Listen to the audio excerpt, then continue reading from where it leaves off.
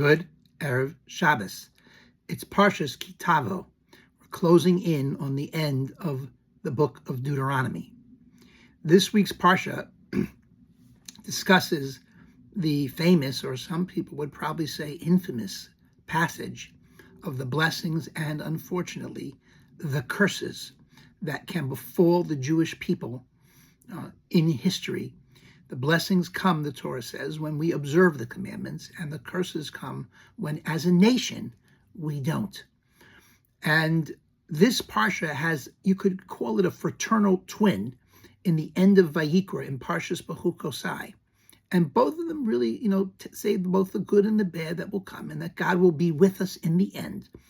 But there is an interesting phrase that's used in the end of Behukosai, which I think is important to review, even though it's Parshas Tavo, since the basic theme of God being with us in the end is in both. And that is the way it's phrased in Parshas Behukosai, is that, I will be your God. And I'm paraphrasing, but it's almost a quote, literally. I promise I won't find you disgusting. And I don't know about you, but I don't find that particularly moving.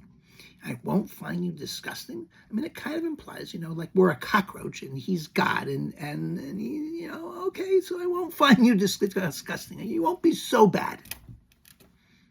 Okay.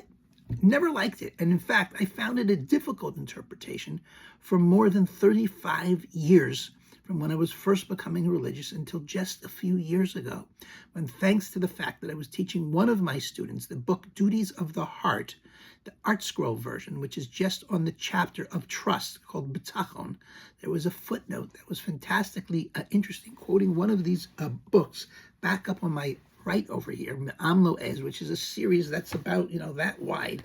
And I'd never seen that particular commentary. I haven't really spent much time in that sefer. Maybe I should now.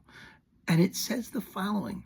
What it means when God promises us that I won't find you disgusting is God's referring to the natural human tendency in most people to get bored with their partner, or worse, to some extent, be uninterested and disgusted by them from time to time, or regularly, or permanently, God forbid.